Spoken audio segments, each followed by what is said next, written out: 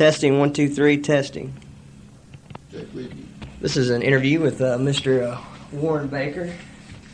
Mr. Baker, when were you shot down? Shot July 12, 1944. What was your rank and position in the bomber?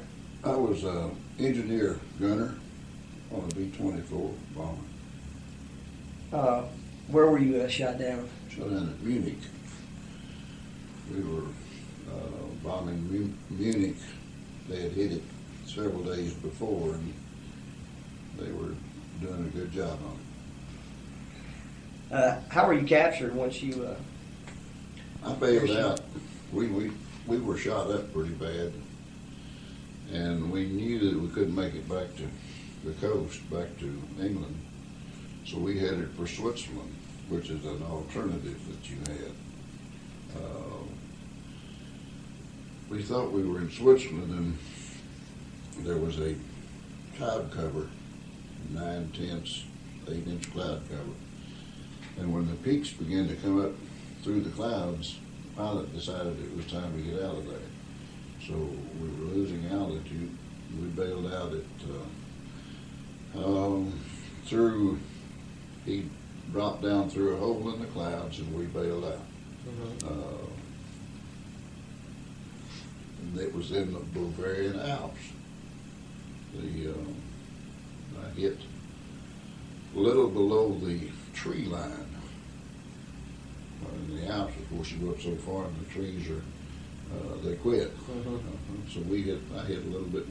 I hit personally a little bit below the tree line. Came down to a great old big. It wasn't, I don't know what kind of tree, fir tree, pine tree, and we got out all right.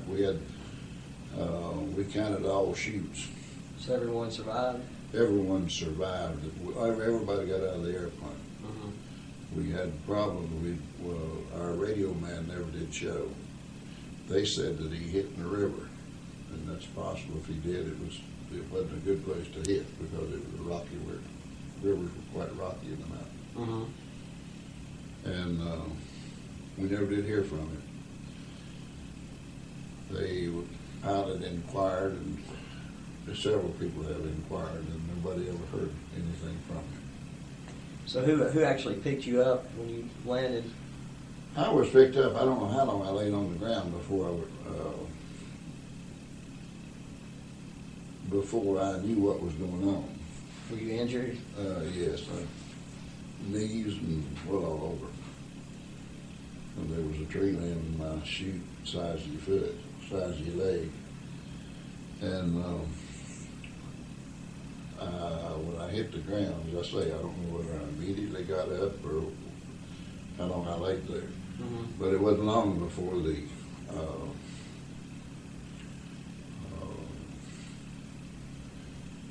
I don't know, it was their army, protected, guards, so forth, Mm-hmm. came and picked me up. And of course, we thought at the time, we thought we were in Switzerland, which would have been beautiful. But we didn't make it to Switzerland. You're quite that lucky.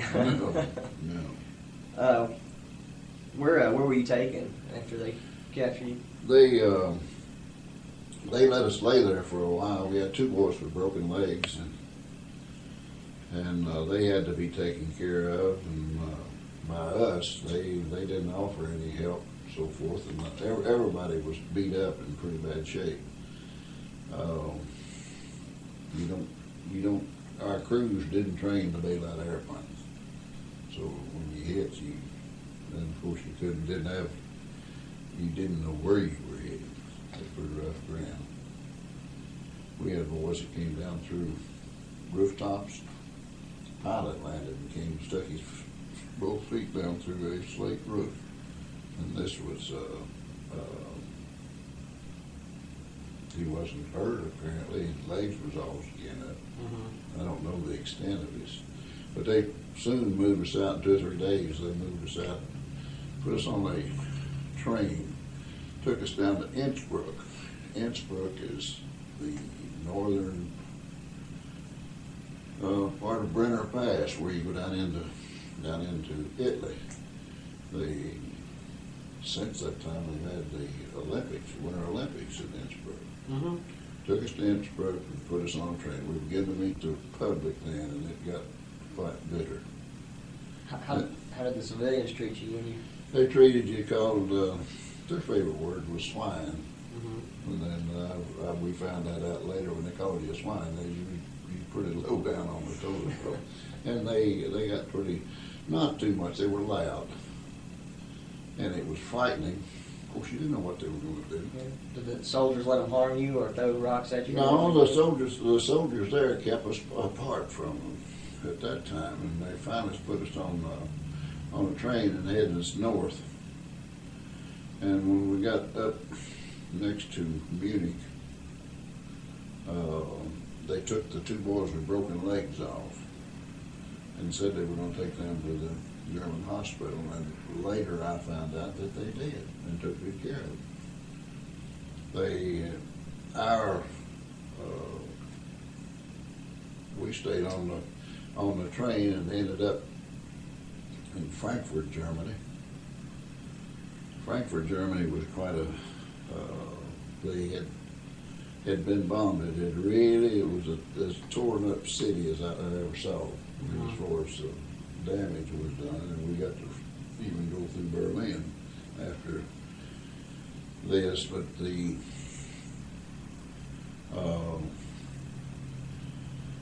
Frankfurt had a big, beautiful rail station, and it had a big covered glass, just covered with glass. We backed in on temporary rails, and you could tell. And the minute they found out that we were there, things got quite rough. Even the guards got afraid.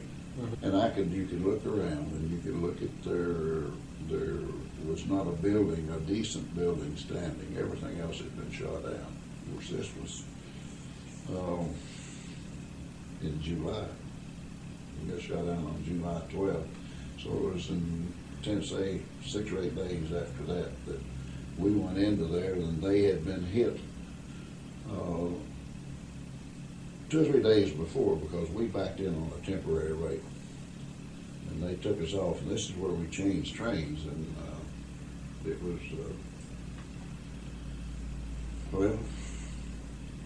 it was quite frightening. Mm-hmm. They do a little spitting and a little kicking and so forth. And the guards run us, and as I said a minute ago, the guards even got afraid. They take you to get your leg treated? No? No treatment. No treatment here until we didn't have any more medical treatment until we got to Wetzlar, Germany. Is that where the interrogation? Yeah, that's in Dulag-Luft. Dulag-Luft? Dulag-Luft, and they took us there, and then there we were. After you went through your interrogation, which was not a mild thing,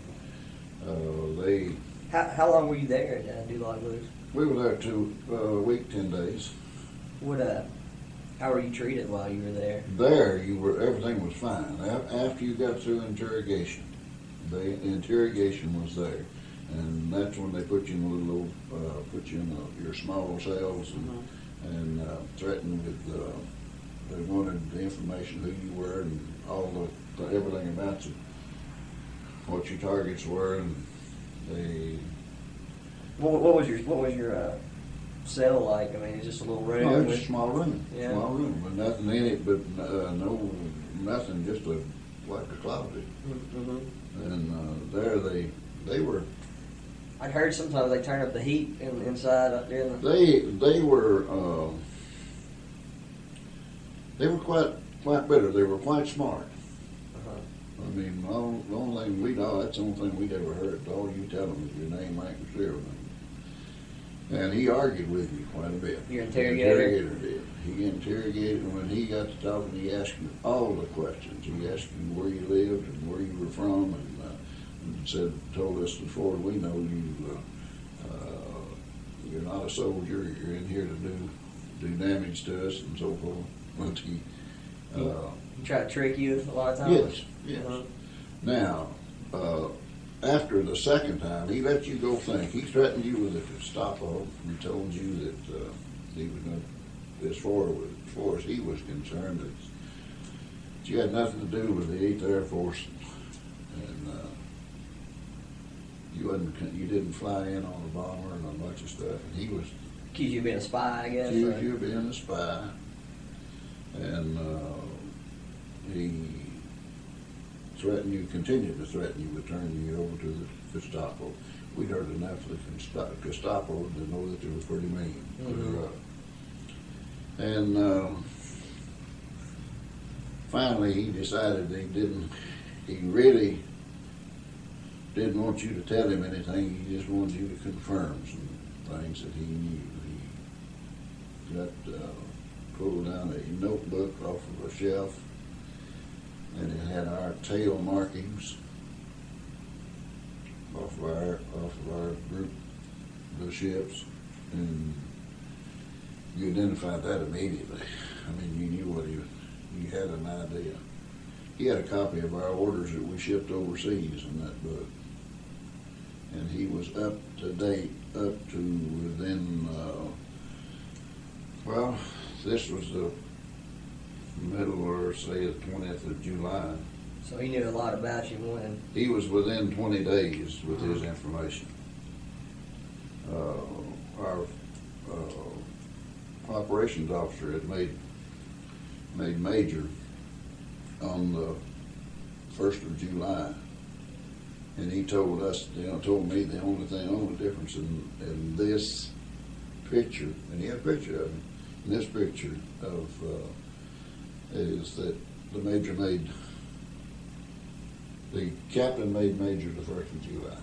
So he was within 20 days. And this is kind of to be trained the way we were trained and told what we were told, that you had to keep your mouth shut and nobody knew where you were going, and you didn't tell nobody where you were going, a bunch of stuff, and they knew all about us. A little bit disheartening to see that. And soon after he done that, he was through with me. We went into, they sent us on over into. What did you worry about the most while you were in there? Well, you didn't know what was going to happen. Yeah.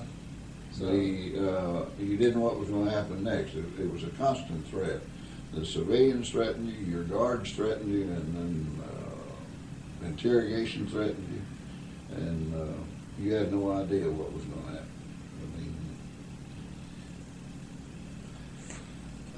What was your trip like to your permanent? Well, let me ask first, what was the POW camp they took you to, and what was your trip like there? The trip to, they loaded a whole bunch of us on, and the days we were on, 2 or 3 days we were on a 40 and 8 boxcar deal, and that's where they jam you in. I don't know how many men was in there, but they had everybody that could stand. Everybody could get in, and they took us and headed us north. Got to Berlin. We spent the night in they call them marshalling yards, and their rail yards in Berlin, Germany.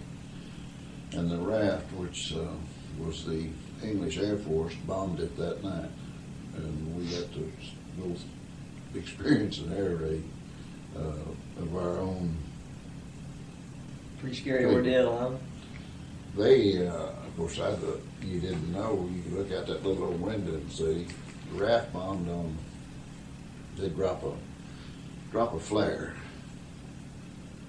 and then they bombed on that flare. The lead ship. They didn't fly. We flew formation flights, and they flew single. We just take off and fly single across, and they pick up that flare that was dropped off by the lead airplane, and that's what they bombed on. And he wasn't far wrong, because we could see the flare, and we were in the marshalling yards. We were in the rail yards in Berlin, and that was kind of rough. They just shake the whole train. The whole train, just, and you didn't know the next one might be us. What do they feed you while you're feeding there? Of course, the food. Of course, the Americans are fed pretty good. We were fed good when we left England, and then from that time, it continually got worse. Mhm. I mean, they'd feed you soup, feed you a watery soup, they'd feed you a potato soup, and of course on rails, you didn't know too much about when you were going to get it. And we picked up a Red Cross parcel at Blue, Wetzlar, Germany. And food continually began to go down. Yeah, yeah. Well, so you went to, I think you said Stalag Luft. Stalag Luft 4. When you got there, did the Germans give you a speech on the rules and procedures of camp and make a file on you? They had most of that information. We missed, and I don't know whether you run into this or not. Any of them. I went into Stalag Luft A, and went into not Stalag, but went into Lager A. Which was, and they built two after that. In fact, we ended up being moved to one. And the boys who was there originally, it was a quarter to half a mile from the rails head to the camp. And they had run them in. I got to see some of the boys that they'd run in with dogs and with German Marines with bayonets and so forth. We were quite lucky. We walked in. I don't know, the good Lord looking out after you. What did they do to them? They run them. Yeah. Run them. And dogs on them. Dogs and the German police dogs that you see that we've always talked about, and heard about, and always seen. That's Like the Alsatians, I think. That's the ones that they run through our with the campsite all the time, to be sure that nobody was out running around at night. And that's the dogs that they ran them in with. And several of the boys were hurt pretty bad. Several boys were. I don't know that any of them were actually killed or actually led to death, but they pricked them with bayonets just to keep them running. And of course, we've been down 2 or 4 weeks, 3 weeks, and nobody was in a shape to ride. And this, as I say, we missed that. The ones before us that went into the camp, they ran them in, and we missed that. When you got to the camp, did they give you a chance to clean up and? You had pretty good facilities. The camp was full. They immediately rigged up a bunch of tents, and we slept outside. We slept in tents for till cold weather. This was in, what did I say, latter part of June. We laid in these tents and slept in these tents. You had pretty good facilities as far as cleanliness and to clean up and so forth. So it's pretty sanitary then, huh? It struck me that it was. Yeah. They treated you. Well, you stayed in pretty good shape. When you got there, were there like a group of POWs that gave you kind of the rundown on watching out with who you talked to, or what the procedures were in the camp? Not particularly. I don't remember too much of that. I ran into some boys that I knew. I ran into some boys that I'd been in training with. And run into some fellows from Knoxville. Run into 3 or 4 fellows from Knoxville that I knew to go to school with. And they took us under their wing pretty well. And took me under their wing and took good care of me. What about they have any kind of organizations like escape committees or committees that collect I didn't escape get in on materials? any of that. There probably was. There was a lot going on that you didn't know about. Oh yeah. You didn't bother about. You didn't. Well, you didn't run around sticking your nose in other people's business. You just kept quiet. You just keep quiet. Yeah. Did you ever meet your German camp officer before? Or? No. You would see him once in a while on an inspection, but I never had to. How did the Germans treat you? Like the guards, are they friendly towards you, or? Most of them. One of the fellas run into his butcher from Saginaw, Michigan. the butcher that was in had a butcher shop down the street from where he lived. And he'd been missing, I don't know what period of time, and he run into him over there, and he was the guard. Huh. And of course he came across this thing that he happened to go back to Germany and they wouldn't let him leave. But all of them spoke English. Mm-hmm. We had a How did you treat the Germans? Did you talk to any of them or?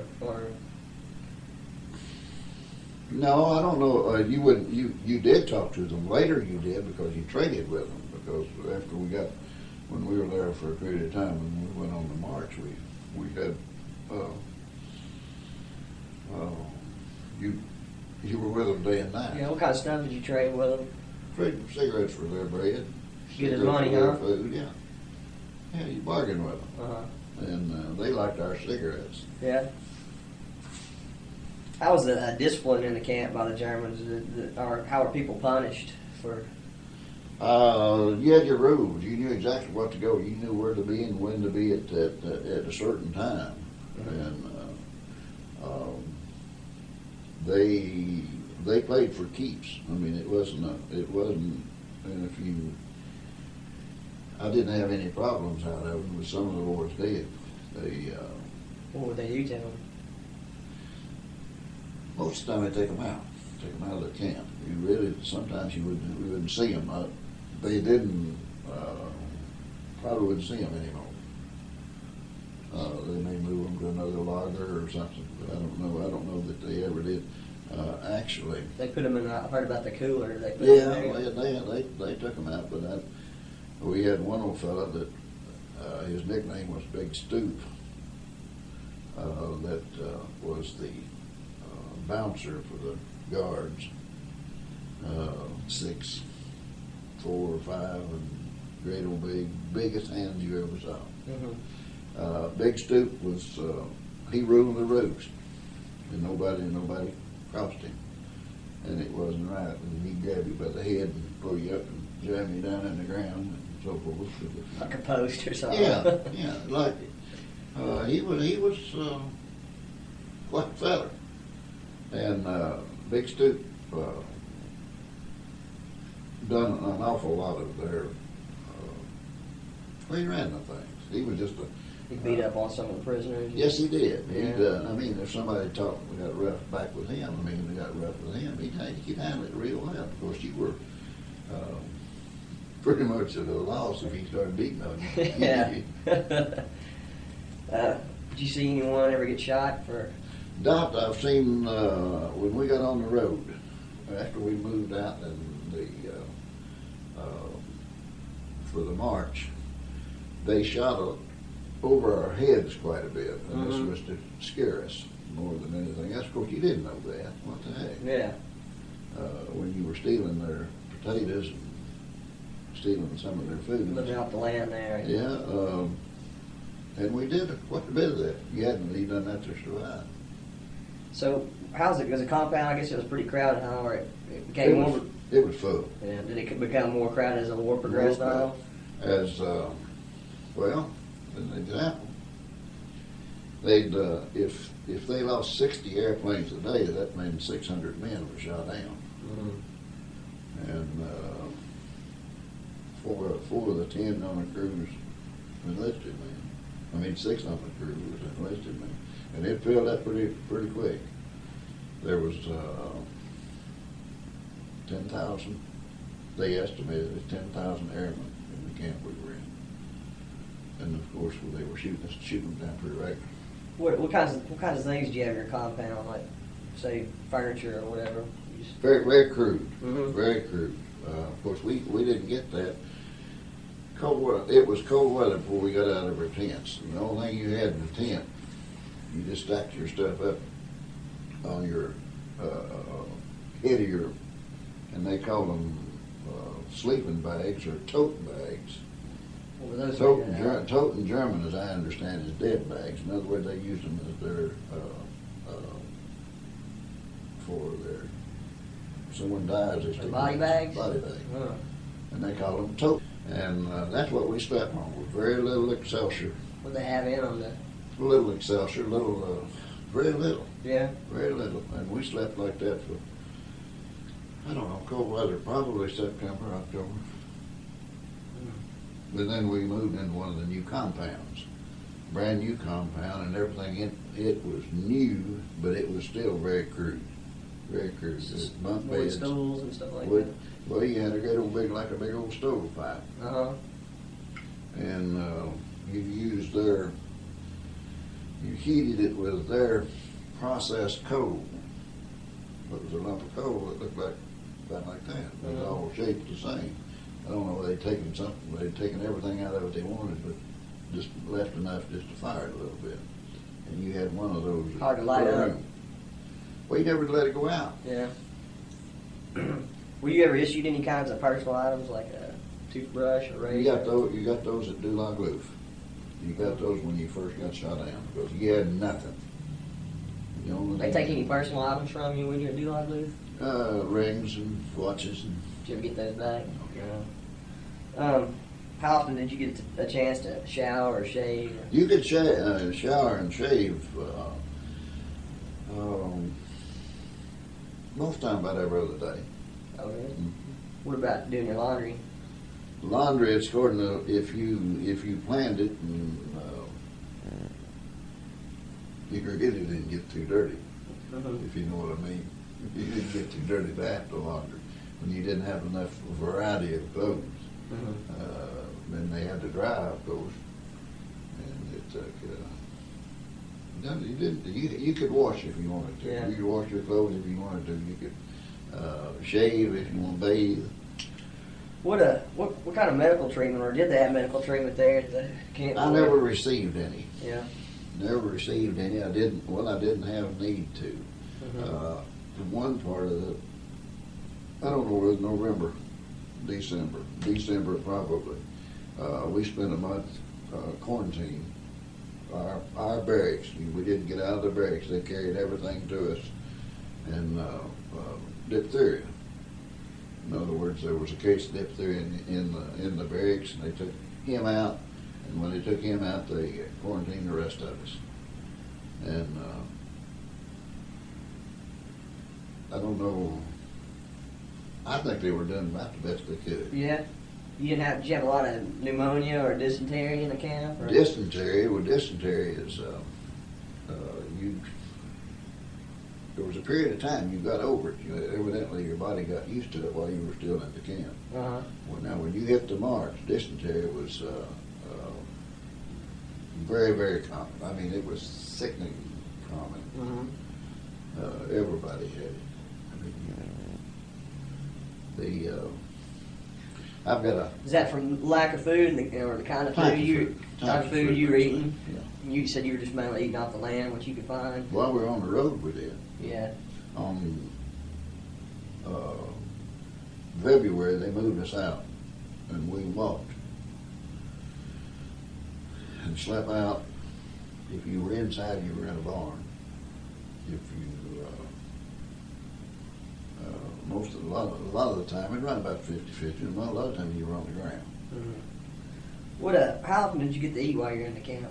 How many times? In the camp, you eat twice a day. Yeah. What did they serve you? Well, they had a kohlrabi that they used, and they make you a soup out of that. They had for your first meal was a barley soup, and we'd probably call it cereal. But it was a watery barley deal. And of course, with your Red Cross parcel, you had some sugar that you could kind of sweeten it up and would make it bearable. What did you get in your Red Cross parcels? The Red Cross parcels came out of Switzerland. The American government furnished them. And they would come in and you get, I don't know as I ever got a full parcel. Most of the time you split it in half. You got a buddy. Yeah. And you got one with your buddy. And then you get it, you get it down to, when they got real scarce, they go down, you split it, you cut it 8 ways. So they came less and less as a war progressed. Yeah, they did. In fact, there was a period of time that we didn't see any Red Cross person. Was that in the camp also, or just on your march? No, when we went February the 6th, they came in on the 5th and told us that the next week we'd be moving to make preparations. And you took a shirt or a undershirt or something and made you a bag, put all your personal belongings in it, and because when you were leaving, they said we were going to leave, march out. And of course, it's wintertime. Baltic. The camp we were in was 15 miles from the Baltic Sea. So it's cold, huh? Colder than whiz, and it a lot of times it would snow. Before that, you were up 2.5 feet off the ground, so they could run the dogs in underneath the barracks. And of course, that didn't help for warmth. And in the wintertime, it got real cold. And then when they moved us out, it was strictly wintertime. Did they ever issue any kind of clothing or? We got some clothes. I got a GI overcoat. I traded a fellow an Eisenhower flight jacket, which is a beautiful piece. And you see them in all the pictures that you see of the GIs at that time, officers and so forth. And it was a good looking thing. Did they take your flight suit away from you when you got there? And that was part of my flight suit. Oh yeah. Part of my flight suit. They done you like that, and then when they wanted to put us on, and they gave you had other shoes that you wore. But I bailed out with my GI shoes. I didn't have my own. I had them strapped to the shoe, and I don't know how the boys made it without that. But I ran into an old boy that he could not stand that. He wanted one of those flight jackets, and he had a fatigue jacket, a kind of like a tanker's jacket, and I got the best end of that bargain. Yeah. I traded with it. But that kept you warm, didn't it? Kept you warm, turned the water, burned a lot of the water, and then it you could carry you. You feel I had it filled full of stuff. You carried that was your pack was that jacket I had, and there was very few people who had them. I just they what they wanted, and I wanted to have it. You got lucky, huh? While you were there in the camp, what was probably the most irritating aspect of being there, besides maybe the lack of food? Not knowing. The war was going to be over. Not knowing. We went through of course, we had a radio. There was a radio, and we get the news daily. And Is this something that y'all snuck or kept hidden? I understood that it came in a softball from Red Cross. It was a crystal set radio, and somebody knew it was coming in, and somebody knew the story behind it, but I didn't know. And it was pre-tuned to BBC. BBC was British Broadcasting, come out of London, and they were strictly news people. And we had an old boy in our locker that was a Shakespearean actor. And he got so he could memorize, and he would memorize the news. He'd listen and tell you, and then he done an awful lot of walking around the compound, and the different people walked with him at different times, and he relayed the news to them. And you got the news very regular. Yeah. And a lot of it was propaganda, or we thought was propaganda. We didn't know.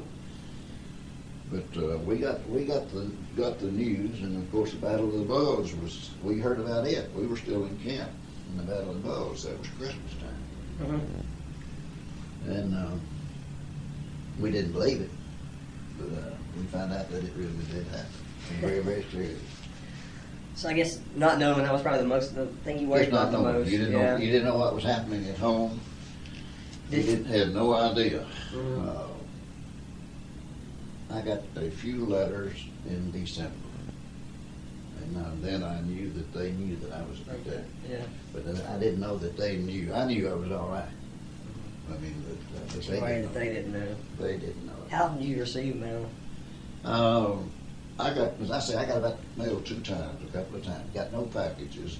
And my brother, that's Doc Baker here, every time they let him pack a package to send with everything, all kinds of tobacco, chewing tobacco, and everything going. He'd pack it, but I never got any. Some crowd got it. What did you notice any of the prisoners have any kind of psychological problems? Yes, sir. Yes, sir. Yeah. Yes, sir. They, we call it fly happy. You know, we had one little boy from up in Detroit that every time an airplane would go over, he'd climb the logs. It just scared him that bad. He was, and he had a right to. He'd been treated pretty rough. But you run into people that had problems. Did you know anybody committed suicide while they were there, or hear of anybody? I never. Yes, I heard that. We had one boy that run to the wire. In other words, you got a walkway around. I mentioned a minute ago that you walk around the compound, but you didn't get stuck too close to the fence. They had just like Hogan's Heroes. Yeah. I mean, it was exactly. Heck, one of them was probably in there. They had it figured, but you didn't get too close to. You didn't get past that wooden. So was he shot when he? And then one of the boys attempted, and we thought, well, heck, he just committed suicide. He's letting them kill him, and they did it. Yeah. But I didn't. We had a guard that committed suicide in our compound. Oh, really? Somebody knew him, and somebody got to him, and just exactly like you see in the movies. They got to him and getting his information from him. And they found him in our in the little train in the toilet. He done, he said. One morning, Why do you think so? He did that? I don't know. They said they were getting to him. In other words, he was talking. Oh, he'd been too friendly towards you. Yeah. How did you deal with just problems? I don't know. I had an awful lot of faith. Sometimes I'd say that I didn't have sense enough to worry about it. In other words, everything's gonna be all right, and it was. Were you bored while you were there? Well, you got bored. You could you can get bored in the crowd, or you can go off. You can, but I'd say no. That I wasn't bothered. What'd you do to pass the time while you were in there? Did a lot of walking. Did a lot of card playing. You gamble your cigarettes, play poker. Oh yeah. That was. I had my everybody buddy. You had a buddy, and my buddy was a card shark. We had all the cigarettes we don't smoke. We bought our food. I had cigarettes when they moved us out. I bet I had as many cigarettes as anybody did. Because that little feller could play that poker. And he, I was his bank. I kept his cigarettes. So I fared. I actually fared pretty good. What y'all talk about most of the time while you're in the camp? Well, you'd fly a little and you'd tell the truth a little bit. And everybody you'd argue about who had the best airplane. We had some boys in there flew B-17s. We had boys that flew B-24s. Well, I never asked you what kind of plane were you? B-24. Yeah. And but you just like talk about a lot of things. Yeah. Did you ever do any work while you were there at the camp or outside the camp? No work. That was part of the Geneva Convention. That's the difference that that when you hear about the war that done the Japanese part of it. Japanese did not have it at the Geneva Convention. And the Geneva Convention kept them off of us. What you could do and what you couldn't do. As far as working and as far as we were concerned, the commissioned officers and non-commissioned officers, a lot of boys did work, and you would have probably been better off. And I found out later that that's not so. they fed those who worked better. Oh yeah. And they were better to stand it when they moved them. Better health, huh? Yeah, better rations, and we didn't get that. And I didn't know that. There was an article in one of our magazines, and I'm going to give you a copy of it. Oh, thank you. That breaks down a lot of this, and it's basically the march. Well, when they moved us out. Did the Germans supply you with anything like books to read or instruments to play or things to paint with or draw? YMCA sent stuff in. YMCA sent stuff in. And this Shakespearean actor, well, we had plays and all kinds of drama and so forth. There was church services. Had Any bands or? Oh yeah, bands, and you play, and of course they'd that many people. What the heck, you could find those who could play. Yeah. Did you think of any hobbies or anything like that? No. What about sports? Anybody have baseball equipment, football? Yeah, softballs, softballs and bats and so forth. Once in a while, you always had a game of them. Yeah. Mm-hmm. What about boxing? There was boxing gloves. I didn't know it wasn't a boxing. Yeah. Did you have like any kind of tournaments or baseball? Yeah, they had the tournaments. They worked it pretty well. Yeah. It was pretty well planned.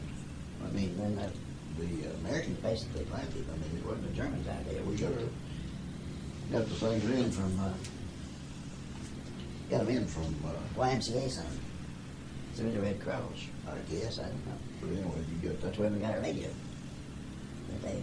And I guess they didn't know about it because they shoot you because they wanted the propaganda they wanted out. They wanted it to be theirs.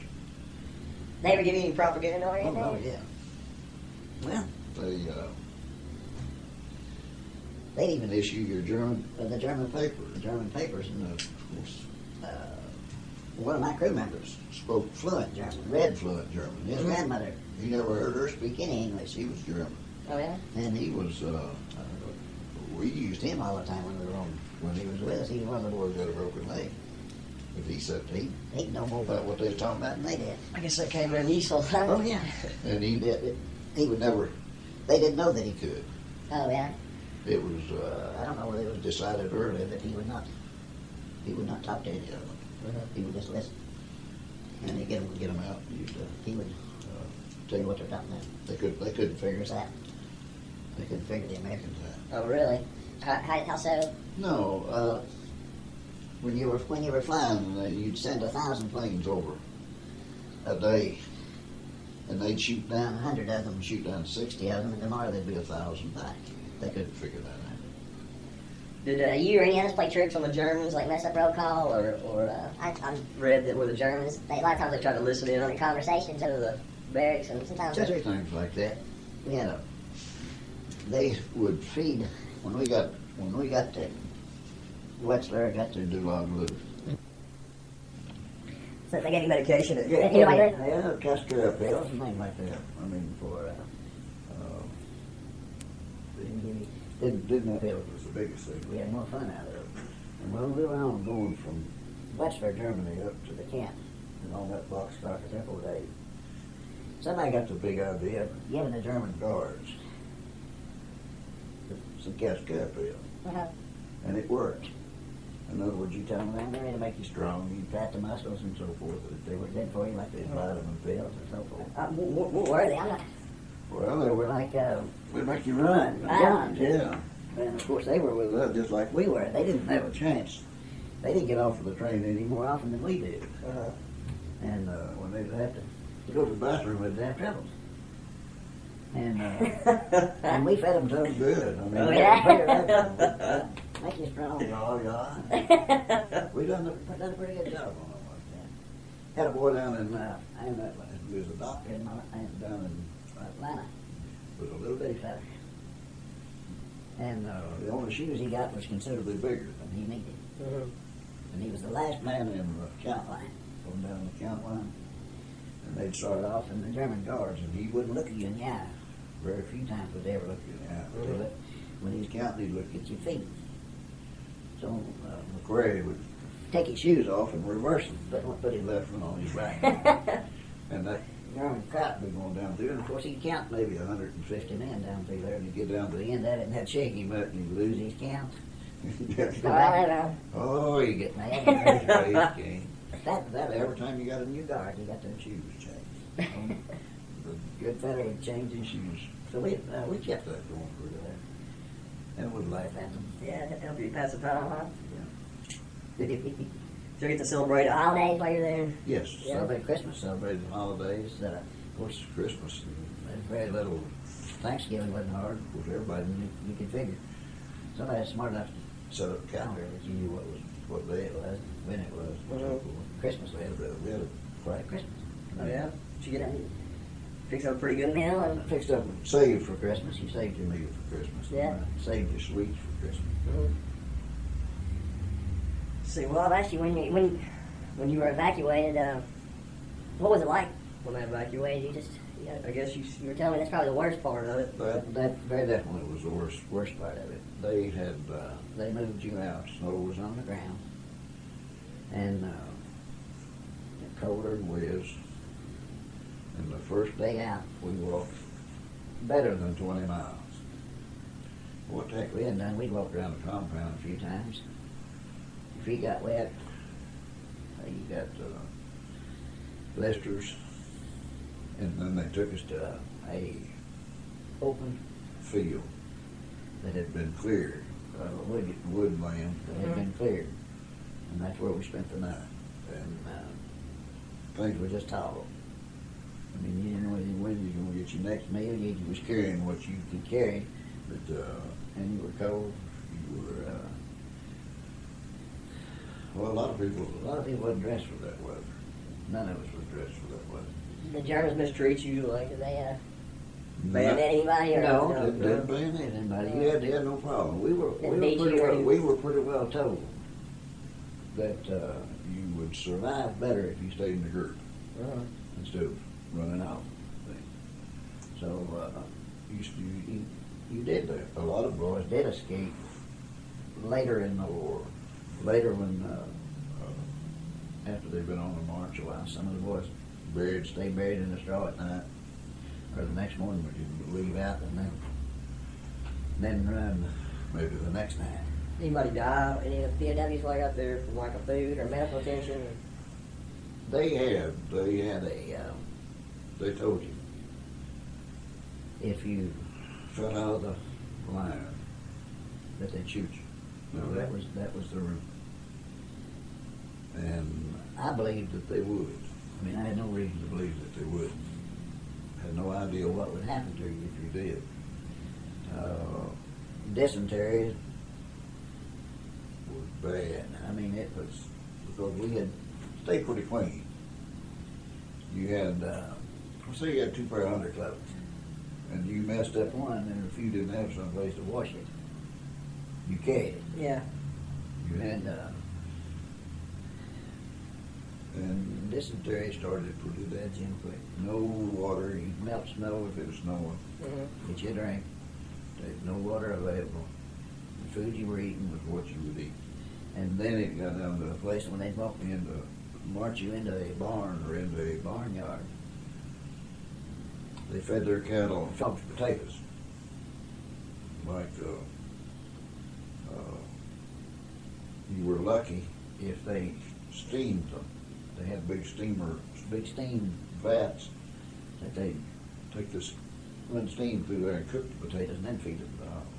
And if you got in there in time to get the hogs fed, what you got hot potatoes, and they were cooked. If not, and you had stolen some, you carried them. Nothing was strange about that potato. I mean, it was not washed, it was not clean. Rotten potatoes and so forth, and you were hungry enough to eat anything. Sure. And they begin to get sick, and they begin to fall out. And it is. They told us then if you fell out and didn't, and you see them just fall out the side of the road. Most of the time, a buddy would carry a buddy or carry his pack, and he could, because you knew you'd be sick and heavy. Yeah. And this happened. The boy I had was peaky, You'd think he couldn't stand it all, but he got sick, and I carried his stuff for a period of time. But that old fella made it, and I heard from him after the war, and he had applied for compensation from the government, and I hope he got it. I never did hear from him. Yeah. But he was due it. He was Looked pretty bad, huh? pretty bad. How far do you think you had traveled? Or how far did you walk a day? You would walk, which everything was in kilometers, Mm-hmm. and you were lucky if it was just 20 kilometers, because that was about 12 miles. And, but you moved from one village to the next, or the one area to the next. And what they were doing, they were actually afraid of the Russians were going to get them. Yeah. You know? They were moving us away from the Russians. The camp we were in was in Czechoslovakia, and they wanted to move us over into Germany proper. Mm-hmm. And then they moved us across the top part of Germany for a period of time. And that was the cold section. And then up in March, they headed us south. But they got us over into Germany proper. Real good. We walked, I'd say, from anywhere from 12, 15 miles a day. So you're figuring kilometers up to 20 to 25 kilometers. How were you finally liberated? Liberated by the 104th Infantry Mm-hmm. in 26th day of April. Where were you? We were at Bitterfeld, Germany. Down south, we had traveled. They say that we traveled over 500 kilometers, and we traveled over 300 miles. And it was 86 days. That you were on the march? That we were on the march. You spent, sometimes you get into a place and stay overnight. Well, it took us to one camp, a Stalag 11B, which is out from Magdeburg, Germany. We knew from there, we pretty well knew things was getting tight, because there was a rumor that a GI tank had gone in and circled the town square of Magdeburg that night before, and we knew things was getting pretty low. And then they moved us down. We stayed in 11B, Stalag 11B, for a period of time, which was a melting pot of everybody. Everybody that ever fought the Germans was there. Oh, yeah. All nationality? Africa, out of Africa, Yeah. Turks and everything. And it was quite a, well, if you hadn't been feeling so rough, it would have been a show to see. And we traded them out of their meats. They couldn't eat it. They were vegetarians. We let them eat the vegetables, and we'd eat their meat. And that went on, and they fell out after that. They moved that camp out because they were getting close. Mm-hmm. And we just kept going south. Went down and crossed the old river on a barge or on a pontoon bridge, and dynamite was already set on both sides. In other words, it was already ready to blow. Mm-hmm. We walked out and walked a circle around up the side of the hill, going from there, and it blew. So we knew that things were getting close to us. The Russians were getting close to us. Mm-hmm. And they didn't want any part of that. We knew the war was pretty well close. How were you taken care of when you were liberated? Where were you sent? The boys, 104th Infantry, were still very active. I mean, in other words, they were scouting. They were hunting Germans. Yeah. And they sent us back as soon as they could, put us up in of course,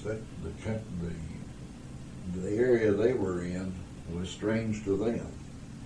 They'd scouted out and see that it was all right and bed us down and feed us K-rations and so forth. And medical care if you wanted to. I tore up one of my shoes, and they gave me a little pair of shoes. I don't know what happened. I was wearing that pair of shoes. Mm-hmm. But I got a pair of shoes out of when we got there, and they had toothache. Sent me out to a field dentist, and I got a tooth pulled. that was, I had toothache for the last 6, 8 weeks. So after that, were you sent somewhere in France and then sent home? Sent to Camp Lucky Strike. Yeah. Went to Camp Lucky Strike and there you run in, it was old home week, you run into everybody. Of course, you had no idea that what happened to people. Even crew members, you had no idea what happened to them. You run into some of your old crew members you've been in camp with, been in service with in the States. Mm-hmm. You run into people out of your outfit. I caught a C-47. We caught a fella called a C-47 flying out of there and flew to England. Stood up waiting there to board the ship to go out. And we traveled around for 2 to 3 weeks in London, around in England. We went back to my base, and my base was, my people had already gone. My outfit had already come back. They'd already gone to Spain, or headed in the South Pacific. And we went back to his base, which was a 17 base, and we got royal treatment there. They took good care of us, and then arranged for us to do what we wanted to do. One thing I forgot to ask you, while you were in camp, did they have any kind of like classes, like mechanics or language class or anything? No, not at all. You had a chance to, because you had people that could have taught it. You had everybody.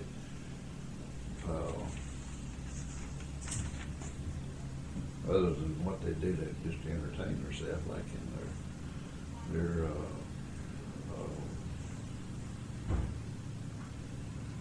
teaching Shakespeare, things like that. Mm-hmm. They have their plays and so forth. They put on a good show. Yeah. Heck, man. Yeah, they would. The American, you put him out on a rock and he'll do pretty well. He'll come out in pretty good shape.